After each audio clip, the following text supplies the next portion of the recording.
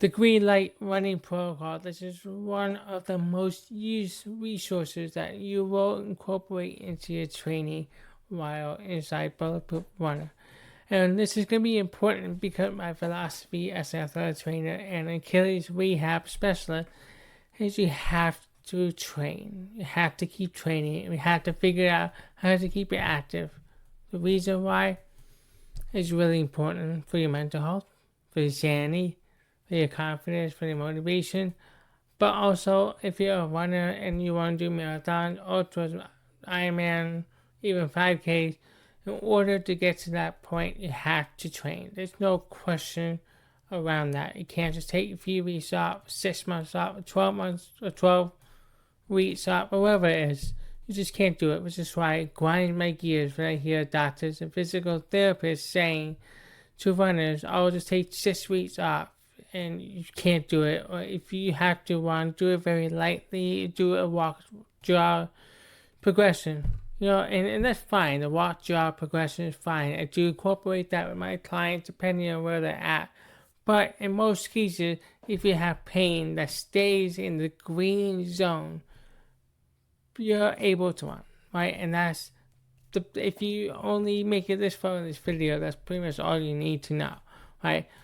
But so the first thing I want you to do is when you go into the website, click on the down arrow here. It will allow you to download the resource onto your device so that you can print it out, put it on the wall, and whatnot.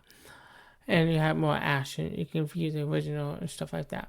Okay? When you look at the green light running protocol, the reason why we want to look at this is because rest does not heal tendons, right? What tendons love is low.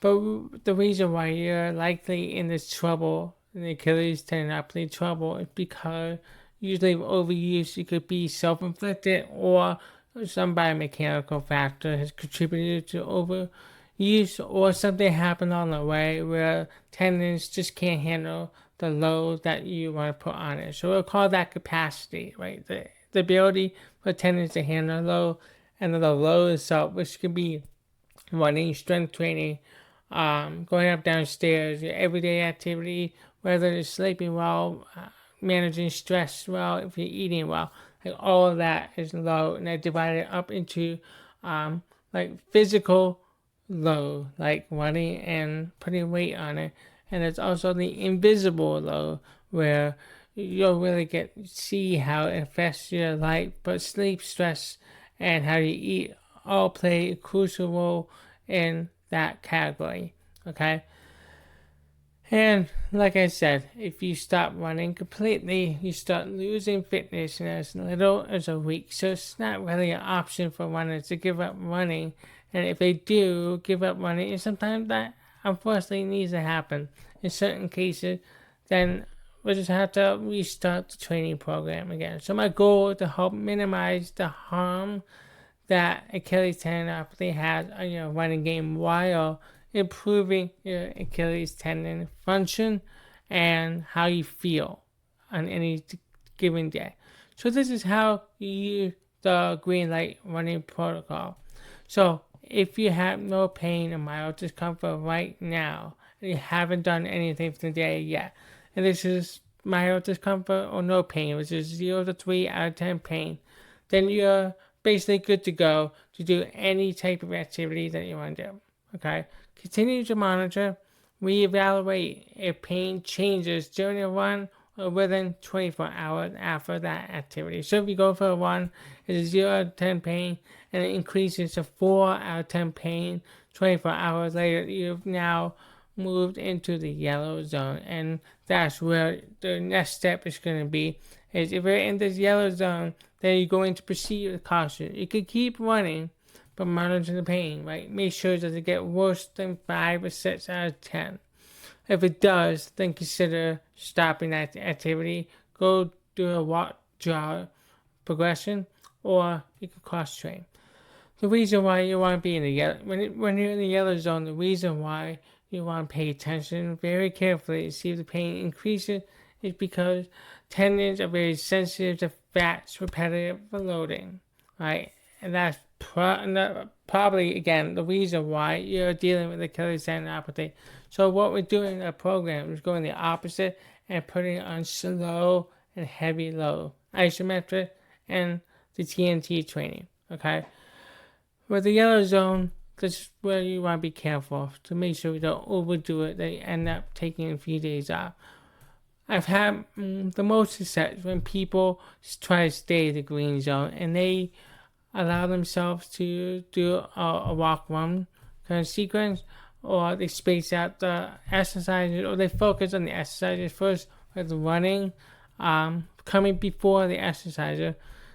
That way, you're not running tired, you're not running sore, and you're not doing the things that will cause the pain to kind of increase the yellow. Okay.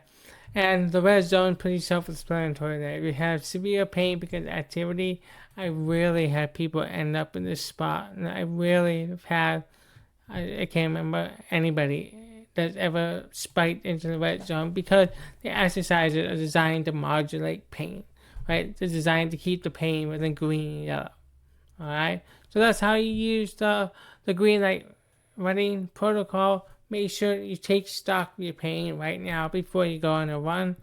Monitor during the run, and monitor right after the run, 2 hours post-run, and 24 hours post-run. And if the pain does change, then you're going to change that light system. So if you go from a 0 to a 4, you move to the yellow zone, and the next day you're going to be in that yellow zone until the pain consistently goes back down to 0. So that's how you can use it. Download the resource, print it out, put it someplace where you can see it, and bonus, you can keep track of your pain as you run. So I don't have a tracking system set up in the EverFit workout program, but what you can do is just on your phone and your note session, just make a note of the date, the pain level, what activity you did.